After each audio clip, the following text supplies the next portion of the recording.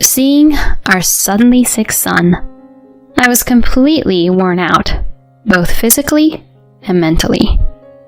But my husband coldly said, "All you have to do is take care of the house and our child. I only settled for you because I knew you'd put up with affairs." He said this without any regard for our sick son. Stunned, I watched him take a sip from his second beer. My name's Ruby, and I'm 33. I met my current husband, Nolan, who's 8 years older than me, through a dating service about 4 years ago. He's at the top of his profession, and even though he's a little arrogant, he was the assertive one, with my more reserved personality. I quickly fell for his confidence. He always complimented my humble nature, and once we moved in together, I did my best to live up to his standards. After dating for a year, he popped the question, and naturally, I accepted. He once said to me, "I'll handle the finances, so I want you to manage our home." Wanting to respect his wishes, I left my job. After a big wedding, he moved into my apartment. From then on, I've focused on taking care of things around the house and taking care of him, using my spare moments for personal interests. My family was thrilled for us, and my friends were a bit jealous. To anyone looking in, my husband appeared flawless, a prosperous guy with good looks, and we had an adorable son named Liam. It seemed like we had the ideal marriage. But then, after making dinner one night, I got a text from him. "I'll be home late. I don't need dinner. Just make sure to draw a bath and have some snacks ready for me." All I could do was sigh. The honeymoon phase dimmed after our first anniversary.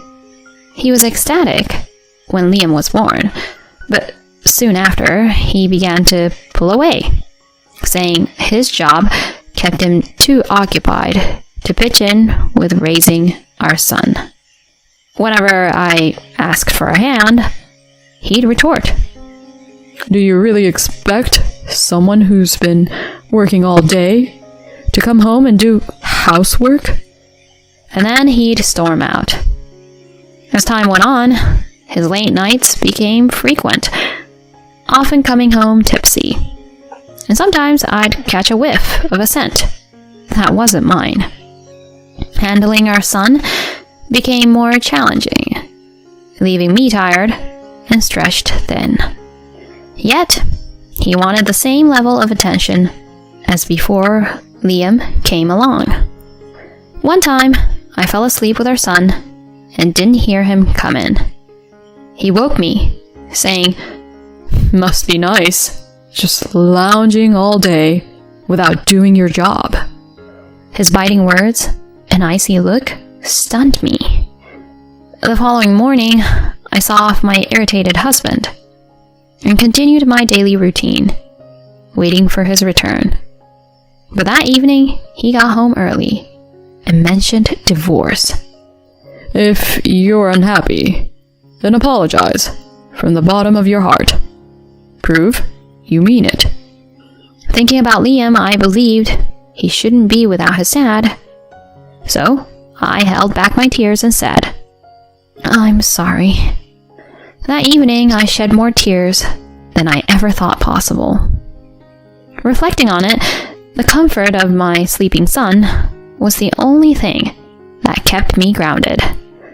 As I redoubled my efforts to please my husband and look after our child, his late-night escapades persisted. "If you're not happy, we can just split," he'd often remind me. When I thought I'd adjusted to this new norm, the fatigue from housework and parenting overcame me, and I unintentionally dozed off next to Liam. I was startled, awake, by his piercing cry. "What's the matter, Liam?" I scooped him up and felt his hot skin, and immediately took him to the hospital. Thankfully, they found nothing serious, but given his age, they suggested he stay overnight. The nurse said I could head home to gather a few things while they kept an eye on him. I was reluctant to bother my husband at his job, but I finally called him. But he didn't answer. I left him a voicemail, grabbed what I needed, left a note at the house, and sped back to the hospital. Liam stayed close to me, all fussy, the entire day, and only drifted off after 11 p.m. They did prepare me a small bed next to his, but I couldn't rest, let alone use the bathroom. I couldn't really eat anything either. As I was sipping on some hot cocoa from a vending machine, my phone buzzed. It was my husband. "Hey there, you must be worn out from..." He interrupted. Where in the world are you? His sharp tone made me shudder. "I'm at the hospital now. I left you a note. Liam needs some tests, so we're staying here overnight." What about my dinner? Seriously? You're worried about your dinner? I tried to keep my voice down to avoid waking Liam, who finally dozed off. Keeping my cool, I said, "Didn't you get my message? I couldn't cook tonight. There's a ready-to-eat food in the fridge, and bread for the morning. You've got the car. You can grab something outside, right? Could you handle your own dinner for tonight?" Haven't you heard the saying, a man shouldn't be in the kitchen? What kind of wife expects her worn-out husband to cook after a long day? You don't need to be at the hospital. Just come home. I heard the sound of a beer can popping open in the background. For all his talk, he had no issue going to the kitchen for a drink. Not a peep about our son, and he wasn't coming to get me either. I felt anger boiling inside as I heard him kick off his nightly drinking routine. You want me to leave our son, who's not even a year old, alone here? It's still a hospital, even if it's just tests. Doesn't it bother you? My voice went higher than I intended, and he tisked in annoyance. Really? Getting brave because I can't see you? Keep acting like this, and I'll file for divorce. How do you think you'll manage on your own in this economy, with your background and education? It's your job to take care of the home, and our kid. This happened because you're slacking off. Oh, not this again. Lately, he's been tossing around the word divorce way too often. You always bring up divorce when we fight. How do you really feel about us? I couldn't hold back. Balancing childcare and home duties has always been challenging, but I hung in there, believing he truly cared about our family. I overlooked his late hours and nights out, thinking he was doing it for us. Then, I heard another beer can open on his side. Right after he took a swig, he blew up. Are you kidding me? Who do you think pays the bills here? Give me a break. What? Answering back? Your only job should be taking care of the house and our child. Then you're done for. Excuse me?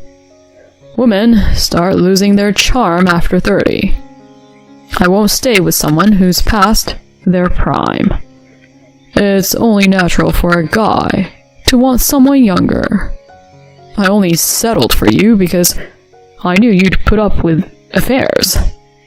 What? I was speechless.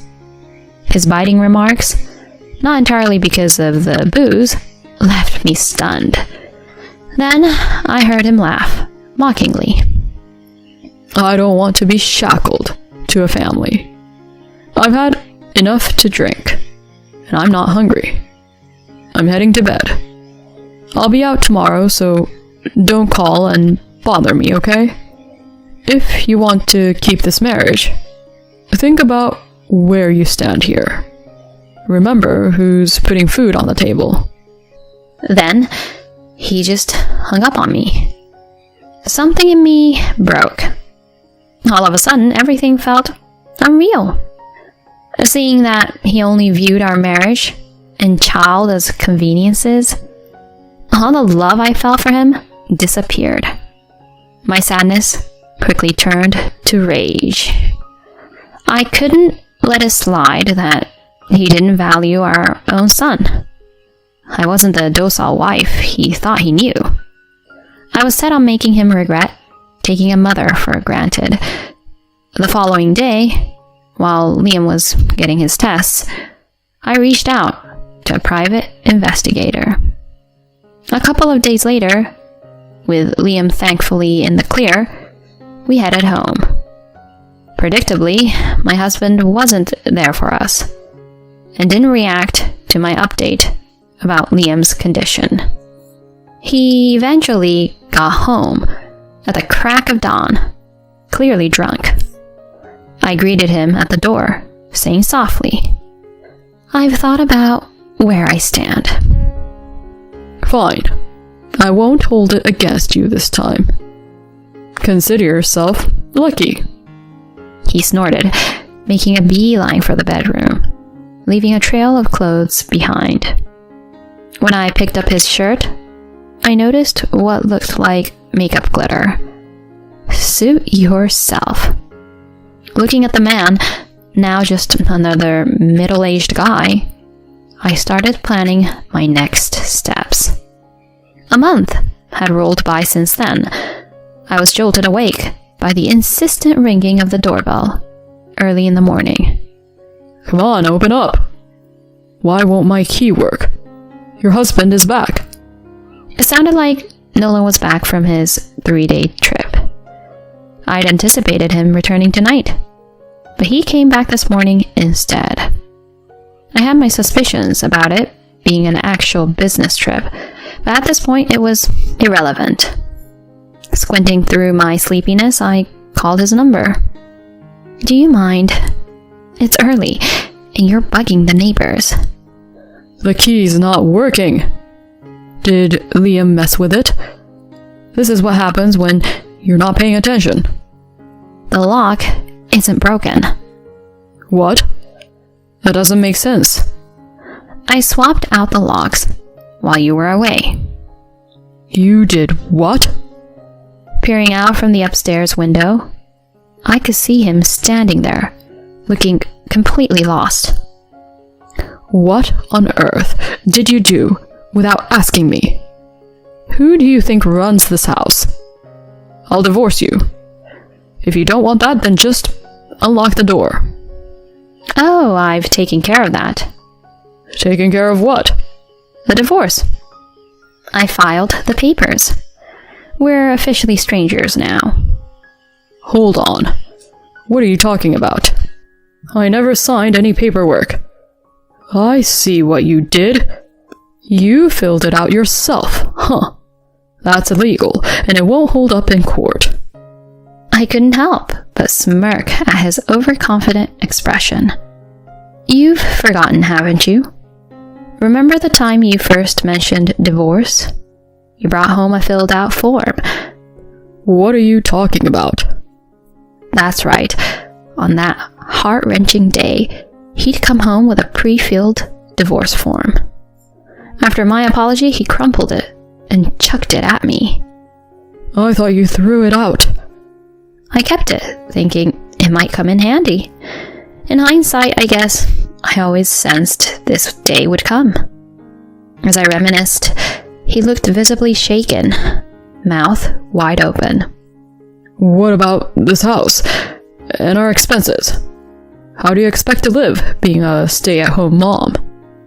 Oh, this is so sad. Our young son's going to suffer because of your impulsive choices. Get it straight. Remember, this house came from my grandparents, making me the legal owner. You were just living here. And regarding finances, I landed a job. You're making that up. You couldn't have found a job in this short time. I've been painting in my free time. You always told me not to go to bed before you, so I painted while waiting up for you. After posting my art online, a publisher got interested. Seriously? How is that even possible? Maybe you're getting duped. Artists going viral isn't unheard of nowadays. It's a well-known publisher. Hearing the name of the publishing house, he looked shell-shocked, murmuring, Is this even real? It felt refreshing to hear him talk without the usual sarcasm or shouting. Yeah, I'm all set for now. And on top of that... What now? There's the spousal support you'll be paying. Say what now? I opened the window and tossed him the photos I got from the PI. I hired a private investigator. If it was just about you hitting the clubs, I might have let it slide, but you were involved with one of the girls. When I contacted her workplace and the ladies realized they weren't getting sued, they quickly sided with me. He frantically scooped up the photos, his face going as white as a sheet. I can't blame him.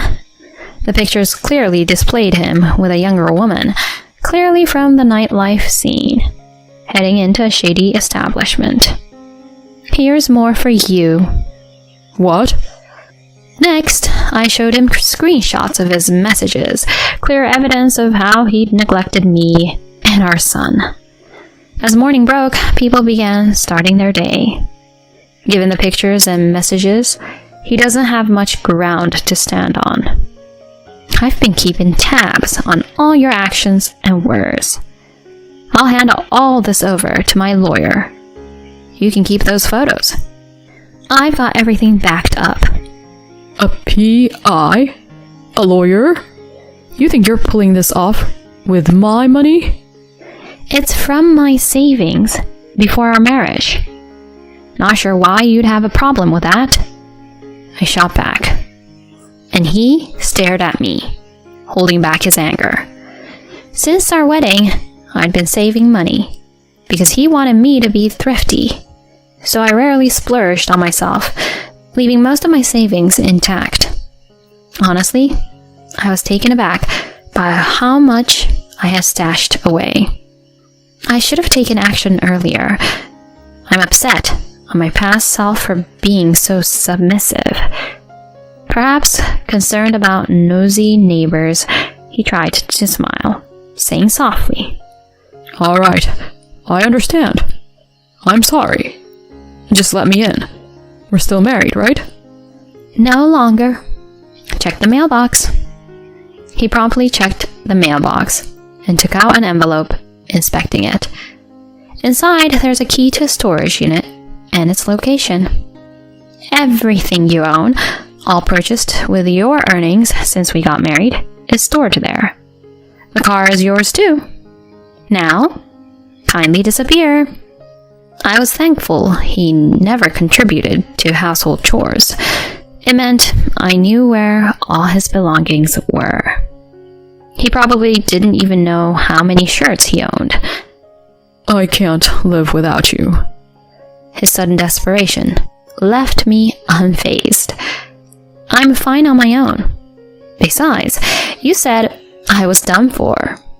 You're not tied to a fading rose and its seed, are you? Maybe find a younger woman to look after you? Hold on. Listen. Moving forward, talk to my attorney. If you linger, I won't hesitate to call the cops. Goodbye. I ended the call, locked all the windows, and shut the blinds. For some time, he incessantly buzzed the doorbell and tried the door. I ignored his barrage of "I'm sorry" texts. When the neighbors started gossiping about his antics, he quickly jumped into his car and left. Later on, I got word from his folks. Turns out he'd blown all his personal funds from his single days on nightlife and ended up begging his parents for help. After I laid out the whole story for them, backed by evidence, they gave me an envelope a few days later, holding the full alimony they paid for him. I learned he'd been diverting company money for his leisure activities, given his senior position. Once I blew the whistle, he got blacklisted from those venues. His abrupt shift in spending habits raised red flags at his job. While he wasn't fired, he was moved to a smaller role in a distant office. Now, he's holed up in a budget apartment. Considering he'd never done any housework, I shudder to think about the state of his place. But I don't feel sorry for him. He made his bed. Meanwhile, after selling the house and filling in my folks, I moved back home and became an illustrator while also working a side gig at a grocery store. It's not a lavish lifestyle, but I can buy what I want when I wish. My parents have been a rock, and best of all, my son has been thriving with no significant health issues. Recently, he's even expressed a desire to pitch in, which fills me with joy. Even without a dad in the picture, I've promised myself, pointing to where my wedding ring used to be both parents and guarantee my son's happiness.